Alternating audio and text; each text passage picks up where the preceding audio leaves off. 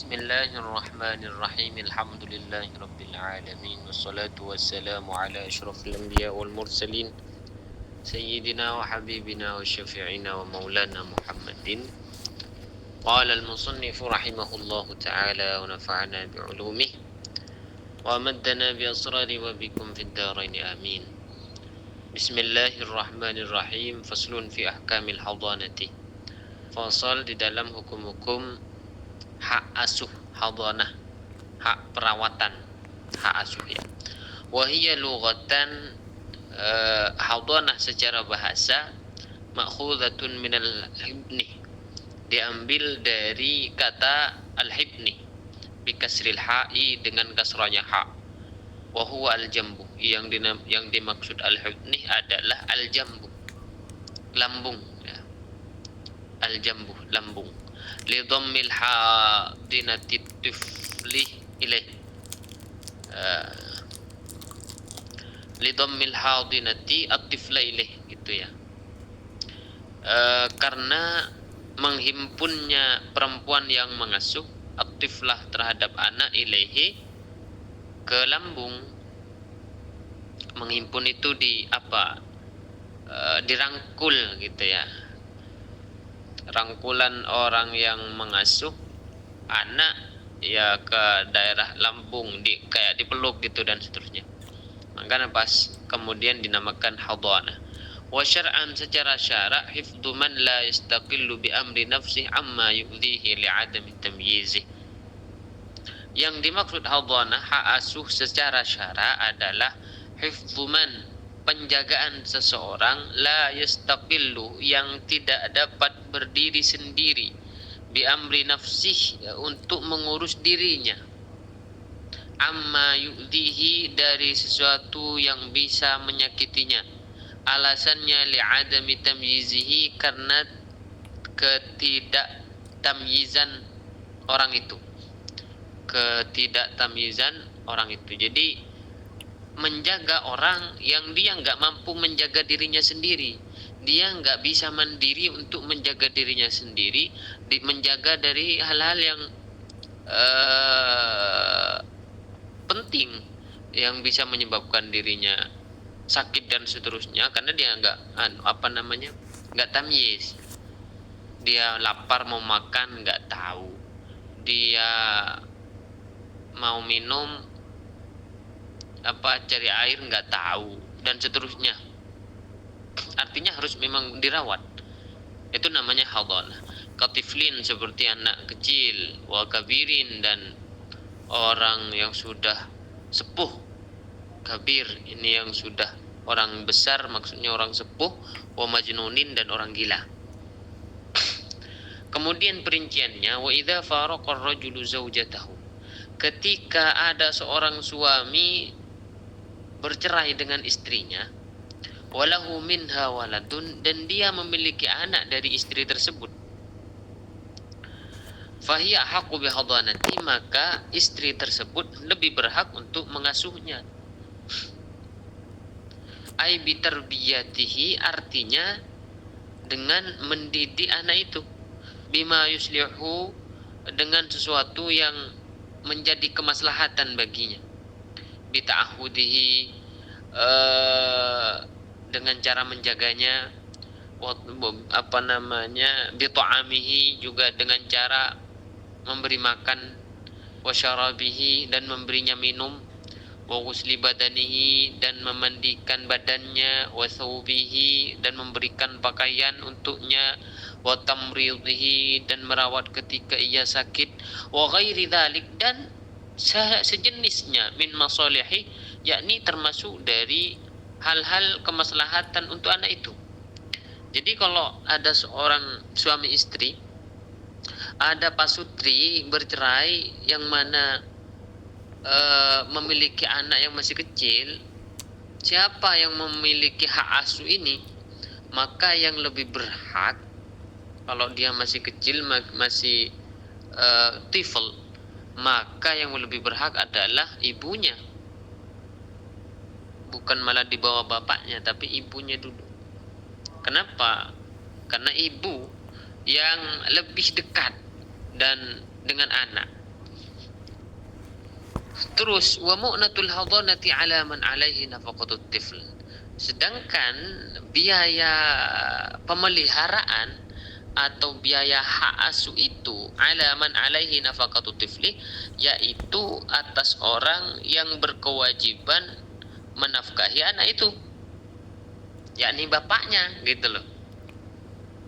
Tetap jadi walaupun suami istri sudah bercerai, suaminya tetap harus memberikan biaya hak asuh untuk anak itu. Kalau istrinya, itu sudah dijelaskan di bab talak ya, akan ada perbedaan antara talak bain dan talak raj'i gitu. Kalau talaknya raj'i ya nafkah berkelanjutan selama iddah ya. Kemudian wa idzam tana'atiz zawjatu min hadanati waladiha intaqalatil hadanah li ummahatiha. Dan jikalau imtana'atiz zawjatu, istri tak bisa min hadanati waladiha, dari merawat anaknya. Istri tak bisa merawat anak, entah dia menolak atau karena hal lain, maka intaqalatil hadanatu li ummahatiha, maka li ummiha seharusnya, maka hak asuh itu dialihkan kepada ibunya, ibu si istri, yakni nenek daripada anak itu. Wa tastamirru hadanatu zaujati ila mudhi 7 sinin. Dan hak asuh ini terus menerus berlanjut sampai selesainya umur 7 tahun. Kalau sudah lewat umur 7 tahun, maka bagaimana? Wa 'abbara bihal musannifu li anna at-tamyiza yaqa'u fiha ghaliban. Sebenarnya hak batas diasuh oleh sang ibu ini batasnya tamyiz. Cuman di sini redaksinya menggunakan 7 sinin, menggunakan 7 tahun karena kata musannif li'anna tamyiza, karena tamyiz yaqa'u fiha ghaliban biasa terjadi pada umur 7 tahun secara kaprahnya gitu. Kaprahnya kalau udah umur 7 tahun sudah ghalib gitu, sudah apa namanya? Sudah tamyiz. Lakin akan tetapi al-madaru atau lakinnal madara sama ya. Kalau dibaca lakinna al-madara, kalau dibaca lakin al-madaru. Akan tetapi tolak ukurnya innama huwa 'ala tamyiz. Tolak ukurnya adalah ketika tamyiz, sawa'un hasala qabla sinina aw ba'daha. Baik itu terjadi sebelum umur qabla 7 sinin, gitu seharusnya ya. Qabla 7 sinin, sebelum umur 7 tahun, atau ba'daha atau setelahnya. Pokoknya kalau sudah tamyiz, maka disitulah akhir daripada hak asuh sang ibu. Maka kemudian seterusnya bagaimana?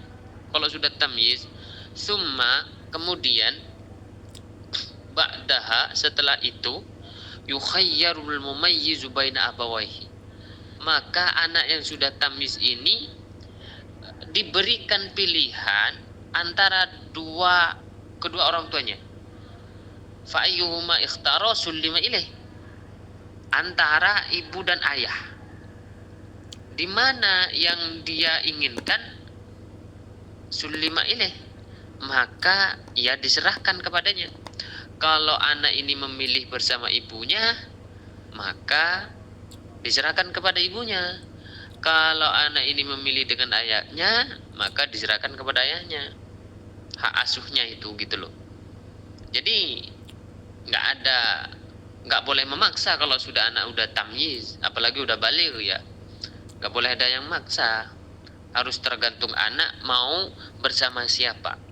Fa in kana fi ahadil abawaini naqsun. Ini permasalahan lain.